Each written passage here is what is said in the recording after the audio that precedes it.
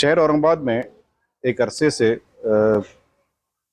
काजियों जो मारवाड़ वक्फ बोर्ड के जो काजी हैं, इन्होंने गैर कानूनी तलाक शरई हदूद में ना रहकर गैर शरई तरीके से शरई बोल कर के तलाक़ों का और खुला का एक सिस्टम शुरू कर रखा है।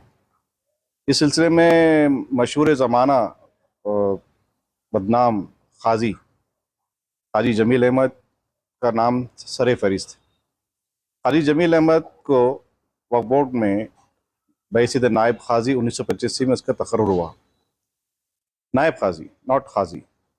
नायब काजी जो है तो काजी के अंडर में काम करता है, लेकिन उसके बावजूद भी नायब काजी जमील अहमद एज ए काजी लोगों की तलाक़ी करा रहा है, खुला करवा रहा है पैसे लेकर। और इसमें पता नहीं कितनी हज़ारों बच्चियों का और हज़ारों ख़ानदानों का इसने जो है तो एक तरह से उनको बर्बाद कर दिया है। हमें ये समझना चाहिए कि एक तलाक़ किसी की लड़की को नहीं होती है। एक तलाक़ का मतलब होता है उसके माँ बाप के तलाक़। उसके जो एक छोटी बहनें होती है, वो इसलिए शादी नहीं होती कि वो उसकी तो एक बहन तलाक़ लेके बैठी हुई है, तो दूसरी बच्चों की शादी में प्रॉब्लम होते हैं। और उसके साथ तलाक़ याफ्ता बच्ची के साथ जो है तो कुछ बच्चे होते हैं उसके अपने, जो बड़ी कसम पुरसी की ज़िंदगी गुजारते हैं। ये सब हालात जो है इतने ख़तरनाक हो गए हैं शहर में कि आए दिन ऐसे वाक़यात हो रहे हैं। और एक झूठ का एक बाज़ार खड़ा कर दिया गया है। एक 2 नोटिसा भेजना, 3 नोटिसा भेजना और अपनी तौर पे कल तलाक़ का ऑर्डर कर देना। अब हैरत अंगेज़ बात यह है कि वक्फ बोर्ड ने ये नायब काजी जमील अहमद को सिर्फ निकाह पढ़ाने की परमिशन दी थी, और उसने ना उसको खुला कराने की परमिशन है, ना तलाक़ की परमिशन है, और ना ही ऑफिस खोलने की परमिशन है। इसके बावजूद भी वो कोशिशें कर रहा था, तलाक़ी करवा रहा था। नतीजतन सैकड़ों लोगों ने पुलिस से रुजू किया। मेरे पास 9 लोगों की जो है लोगों ने केस दाखिल किए पुलिस में इसके खिलाफ। इसको कई बार गिरफ्तार हुआ है ये, और ये जेल को भी गया है। इसके बावजूद भी ये जो है तो मानता नहीं है। 2015 में वक्फ बोर्ड ने खुद इसको सस्पेंड भी कर दिया था। हैरत अंगेज़ बात ये थी कि वक्फ बोर्ड में सस्पेंड होने के बाद भी ये बाज़ाब्ता ना सिर्फ खुला करा रहा था, तलाक़ करा रहा था, बल्कि और निकाह पढ़वा रहा था, जबकि ये सस्पेंड हो गया था। और हैरत अंगेज़ बात ये थी कि ये सब धड़ल्ले से कर रहा है। और वो ये कहता है कि मैं मौरूसी काजी हूँ, लिहाजा मेरे पे मैं कोई पाबंदी मुझ पर आयद नहीं होती। ना उसके ऊपर काजी एक्ट का इतलाक़ होता है, ना 1995 वक्फ एक्ट का इतलाक़ होता है, ना वक्फ बोर्ड का इतलाक़ होता है। वो तो ऐसा बता रहा है कि जैसे कि वक्फ बोर्ड जो है वो एक एहसान कर रहा है एक तरह से। तो ये जो हालात है, फिर उसके बाद जो है तो 2018 में जो है वो रीस्टैंड भी हुआ है। हैरत अंगेज़ बात यह है कि जिस आदमी को वक्फ बोर्ड ने तलाक़ की और खुला की परमिशन ही नहीं दी है, ऑफिस खोलने की परमिशन ही नहीं दी है, वो बाज़ाब्ता एक कोर्ट नुमा ऑफिस चलाता है। कोर्ट की तरह नोटिस निकालता है, कोर्ट की तरह ही दो लोगों को बिठाता है, और 2 लोगों के बिठाकर उनसे उसमें क्या अपनी मर्जी के मुताबिक जो है फैसले, जो पैसे पार्टी पैसा देती है उसके फेवर में फैसले करता है। ये सारे हालात जो है फिर आखिर में जब बहुत बढ़ गए तो फिर हमने जो है 17 सितंबर को, नहीं 17 अगस्त को, नहीं जुलाई 17 अगस्त को मैंने कंप्लेंट दी उनके सीईओ साहब के पास। उनको सारी बात बताई, और फिर इस पर कोई कार्रवाई नहीं हुई। तो फिर मुझको वक्फ बोर्ड की जो मीटिंग थी 29 तारीख को विट होटल में, वक्फ बोर्ड के सारे मेम्बरान के सामने, फौजिया मैडम के सामने, वजाहत मिर्ज़ा के सामने सारी बात रखी, और मीटिंग के अंदर एक फैसला ही किया गया है कि सीईओ साहब उसको सस्पेंड कर दें। लेकिन जो है तो मामला फिर सीईओ साहब ने उसको आज रखा था, आज उसको बुलाया गया। सीईओ साहब ने उससे पूछा कि भाई आपके पास अपॉइंटमेंट का लेटर है क्या? तो उसको अपॉइंटमेंट का लेटर उसने नहीं बता सका हो। सीईओ साहब ने उसके काफ़ी जीरा बहस मुबाहिसे के बाद उसको हमने ये कहा कि इसके खिलाफ क्रिमिनल प्रोसीडिंग की जाए, क्योंकि कई बच्चों की ज़िंदगी तबाह कर चुका है। एक आदमी अगर किसी की जान लेता है तो 302 के तहत उसके खिलाफ मुकदमा दर्ज होता है। मुकदमा दर्ज होकर उसको जेल जाना पड़ता है, सज़ा होती है, फांसी होती है या उम्र कैद होती है। लेकिन इस आदमी ने हज़ारों लड़कियों को, हज़ारों ख़ानदानों को तबाह ताराज कर दिया, जिसके खिलाफ भी केसेस दाखिल करने चाहिए। तो सीईओ साहब ने तयख़ुन दिया है कि वह अगली हियरिंग में या अगली में सारा फैसला कर देंगे, और उसको जब तक है काजी जमील से ये कहा है कि वो ना तो खुला कराएंगे, ना तलाक कराएंगे, ना निकाह पढ़ाएंगे और ना अपना ऑफिस चलाएंगे। तो ये सारे हालात जो है सिर्फ सिर्फ एक खाजी के नहीं है। अगर आप देखेंगे तो अभी कुछ दिन पहले एक घनसांगी के एक मखसूस साहब मेरे पास आए थे, तो जब हम ये बातें सुन रहे थे तो उन्होंने मुझसे बताया कि घनसांगी के गांव में एक लड़की जो शेत मजदूर है, काजी ने 5,000 रुपये लेकर उसकी तलाक करवा दी। यानी 5,000 रुपये लिए, 4,000 रुपये लेके, 20,000 रुपये लेके, 25,000 रुपये लेकर ये घर को तबाह ताराज कर देते हैं। इनको इनको कैफरे किरदार तक पहुंचाना जरूरी है। लिहाजा अब हमारी कोशिश ये है कि मराठवाड़ा वक्फ की खाई जमील ही नहीं, बल्कि इस जैसे सारे हाजी जो इस टाइप की जो है खुला निकाह, खुला और तलाक करवा रहे हैं, इनके तहत जो है तो Maharashtra control of organise crime act के तहत इनके खिलाफ कार्रवाई की जाए, क्योंकि सब मिलकर एक ऑर्गेनाइज क्राइम कर रहे हैं। और ख़ास बात यह है कि जैसा इमारत शरिया की जो या मजलिस शूरा की जो ख़ज़ात का जो दफ्तर है, वहाँ पर खाबी लोग बैठे हैं, मजहबी लोग बैठे हैं, खारी है, हाफिज़ है, मुफ्ती है, आलिम है। और ये जो है ये जो लोग होते हैं मराठवाड़ा वक्फ बोर्ड के, इनके पास कोई डिग्री ही नहीं होती है और ये जो है शरई के फैसले करते हैं।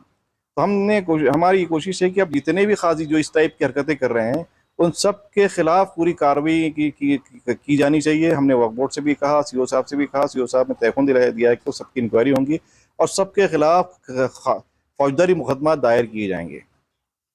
तलाक और खुला ये मसला तो सदियों से चला आ रहा है, तो ये जुर्म कैसे हुआ आपकी नजरों में? मतलब ये क्या चीज खुसूसी कर रहे हैं? देखिए क्या है कि कुरान ये कहता है कि पूरा सूरह तलाक भी है, सूरह निसा भी है। अगर आप पढ़ें तब पता चलेगा तलाक के वक्त अगर हालात पैदा होते हैं तो क्या होना चाहिए।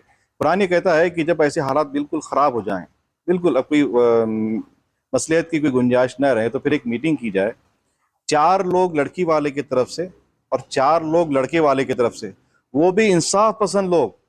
मतलब ऐसा नहीं है कि भाई 4 इनके आगे 4 है आगे और दोनों चारों मिलकर लड़ रहे। 4 मतलब ये होते हैं कि चारों इंसाफ पसंद, जो अल्लाह के अहकाम को मानने वाले लोग हों, ऐसे लोगों को बिठाकर फिर उसमें तस्फिया किया जाए। और एक पूरा एक लंबा प्रोसीडिंग है उसका। तलाक का एक 2 मीटिंग या 2 नोटिस देकर तीसरी नोटिस तलाक भेजने का सिस्टम नहीं है। एक लंबा प्रोसीजर है ताकि एक घर बर्बाद ना हो। काजी जमील का तो ये आलम है कि ये तिबी इतलाएं हैं कि वो हलाला का रैकेट चलाता है। उसके तो ऐसे कई गुनाहों जुराइम हैं जो हम सब मंजर आम पर लाएंगे इंशाल्लाह। और ये बात को तो एक हमारे वो एक चश्नित खुद ने खुद कर कहा कि उनके सामने जो है हलाला की जो है सीओ साहब की कहा उन्होंने कि वो हलाला उनके सामने किसी साहब ने बताया कि हलाला करवाने के लिए ये सब पूरा रैकेट चलाया जा रहा। तो ये खुला का जो ये तलाक का जैसा आपका सवाल है, तो ये एक सेटअप है, इस्लामिक सेटअप है, इसको फॉलो करना चाहिए। और ये फॉलो हो रहा है हमारे शरिया में, हो रहा है दूसरे जो मुफ्तियान हैं या मदारिस हैं, जहाँ जहाँ भी काजी जो होते हैं वो लोग इसको फॉलो करते हैं। लेकिन ये जो मराठवाड़ा वक्फ बोर्ड के खुसूसन ये जो काजी होते हैं, ये सिर्फ पैसे लेकर और एक टेक्निकल नोटिस बनाकर तलाक करवा देते हैं। और ख़ास बात ये है कि इसके बाद जो है तो फिर कोई भी मुफ्ती हो, वो ये कहता है कि भाई वो फलां साहब ने तलाक दे दिया, अब आपकी तलाक होगी। यानी ये झूठी तलाक भी हो जाती है। अभी मैं मिसाल देता हूँ कि अभी जब हमने खादी में जब मामले चलने लगे और उसके खिलाफ में एक सिटी चौक में पुलिस कंप्लेंट भी हुई है उसकी, उसका गिरफ्तारी भी होना है उसकी। तो जब उसको पता चला कि उसके पुलिस ने बुलाया उसको, तो वो डर के मारे उसने जो दो लोग को तो मैं जानता हूँ कि जिनकी तलाक वाकई हो चुकी थी उसके हिसाब से, उसने कहा कि नहीं तलाक नहीं हुई, तलाक नहीं हुई, और वो लड़कियां जो है अब घरों को भिजवा रहे हैं। तो ऐसे पता नहीं कितने मामले जो अभी चल रहे थे वो सेटल करने की कोशिश कर रहा है। इस क्या मजाक बना दिया है कि आपने 3 तलाक दिलवा दी और आप कहते हैं कि तलाक नहीं हुई, जाओ जाओ जाओ। अभी मैं तो दो मामले मैं खुद जानता हूँ जी, मैं देखा हूँ। तो ये जो तलाक और खुला का जो मामला है, ये एक धार्मिक मामला है, एक शरई मामला है। इसको हमारे मुफ्तियान, आलिम, ये लोग तय करें। एक 10वीं पास, 11वीं पास, 12वीं पास जो है कोई खाजी इसको जो है इसका जिम्मेदार नहीं बनाना चाहिए। और ये लोग जो खुद भटके हुए लोगों को क्या राह दिखाएंगे।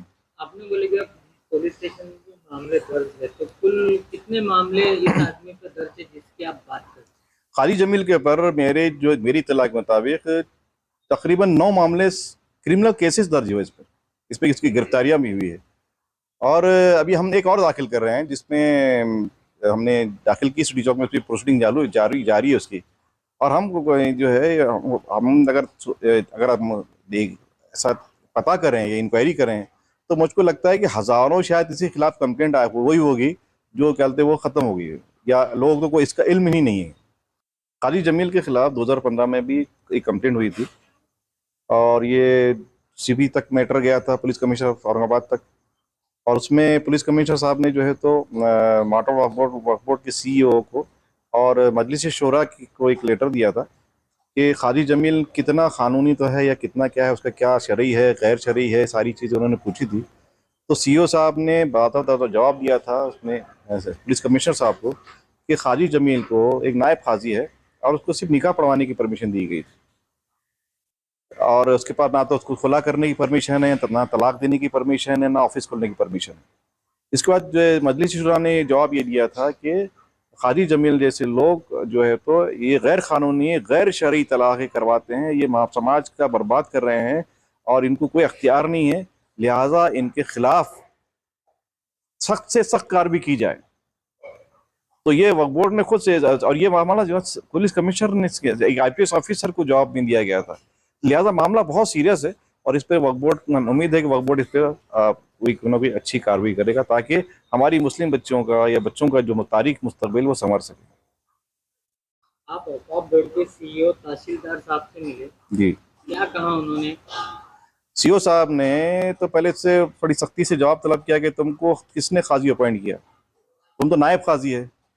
अब तुम्हारे दादा काजी थे, जब तक तुम्हारे दादा ने 1985 में एक लेटर दिया था कि तुम वैसे तो नायब काजी तुमको अपने साथ जुड़ा था, जब तुम्हारे दादा का इंतकाल हो गया वो काजी ही नहीं रहे तो तुम कहाँ से काजी रहते? तुम काजी नहीं है, तुम सब इलीगल चला रहे हो। तो हैरत अंगेज बात है कि वो जब से इलीगल ही चला रहा है, वो उसके पास कोई डॉक्यूमेंट नहीं है। और वो ये कह रहा था सीओ साहब के मजा का खेज बात तो ये थी कि साहब हम लोग मौरूसी काजी है, हमारा तो काम ही यही से तलाक और खुला कराना।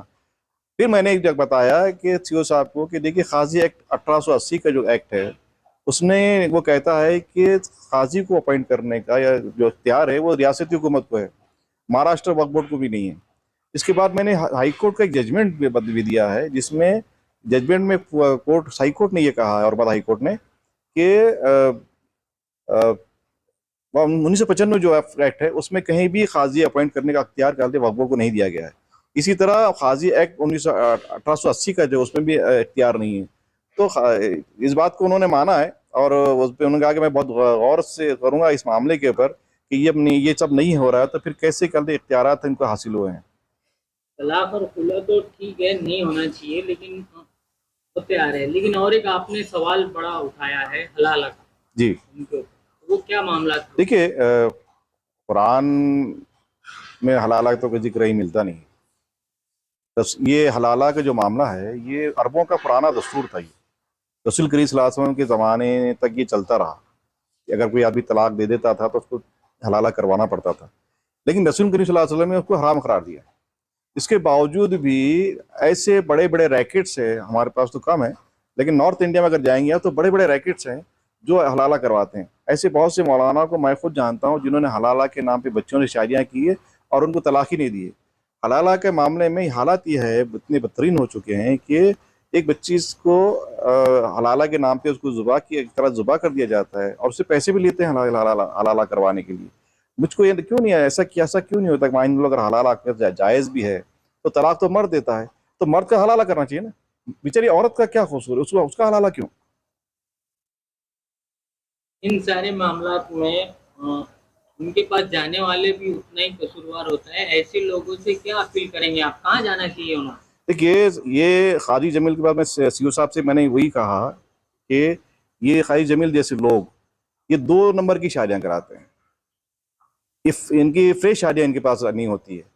ये जो ढकी छुपी शादियां होती है, छुपी छुपी करने वाली ये शादियां भी, निकाह भी उसके बाद वैसी टाइप की करते हैं, खुला भी उसी तरह होता है और तलाक भी होता है। जबकि इमारत शरिया जैसा इदारा आज भी मौजूद है जिसमें वही ताकत जैसे जैयत हमारे बुजुर्ग ने चलाया, उसको शुरू किया उसको, और मजलिस शुरा जैसी संगठन कुछ सभी इसके पीछे चल काम करती है। यहाँ पर बाज़ाब्ता लोगों को बुलाया जाता है, उनकी अफवाह तफहीम होती है, उनकी काउंसलिंग होती है, उनको समझाया जाता है, उनको मनाया जाता है और फिर हत्तल इम्कान मकदूर की कोशिश की जाती है कि दोनों ख़ानदानों में सुलह सफ़ाई हो जाए। और सही तरीका यही है और यही जो है इमारत शरिया कर रहा है। जबकि ऐसे काजी सिर्फ पैसे के लिए सिर्फ 3 नोटिस निकाल के ख़त्म कर देते हैं। आपका अगला स्टेप क्या होगा ऐसे मामले के खिलाफ? हम जो है तो जितने भी मराठवाड़ा भर में, खुसूसन मराठवाड़ा भर में जितने काजी हैं, उन सब की इंक्वायरी हम जो है यानी डिमांड कर रहे हैं। और अगर वो इंक्वायरी अगर वक्फ बोर्ड करता है, अब तो हमने इनसे कहा कि वक्फ बोर्ड को कहा कि सबके खिलाफ इंक्वायरी की जाए, और जितने काजियान हैं जिनके हज़ारों कंप्लेंट सब जगह से वक्फ बोर्ड के पास बेहिसाब सारे काजियों की कंप्लेंट्स है। मैंने सीओ साहब से ये कहा कि आपके देखिए आपके डिपार्टमेंट में सीधे निकाह जो है उसके अंदर हज़ारों दरखास्तें जो है काजियों के खिलाफ पड़ी हुई है, जबकि एक भी दरखास्त इमारत छठिया के किसी काजी के खिलाफ क्यों नहीं आती, जबकि वहाँ तो ज़्यादा तादाद वहाँ पे निकाह पढ़ाने वाले और शादी कराने तलाक कराने वाले की ज़्यादा तादाद वहाँ पर है। तो फिर ये और फिर हमने कहा कि आप इनके खिलाफ जो क्रिमिनल प्रोसीडिंग की जाए, और अगर हमने फिर अगर मान लीजिए अगर वक्फ बोर्ड ये काम नहीं करता है तो फिर हम जो है वक्फ बोर्ड और इन काजियों के खिलाफ हाई कोर्ट जाएंगे इंसाफ के लिए।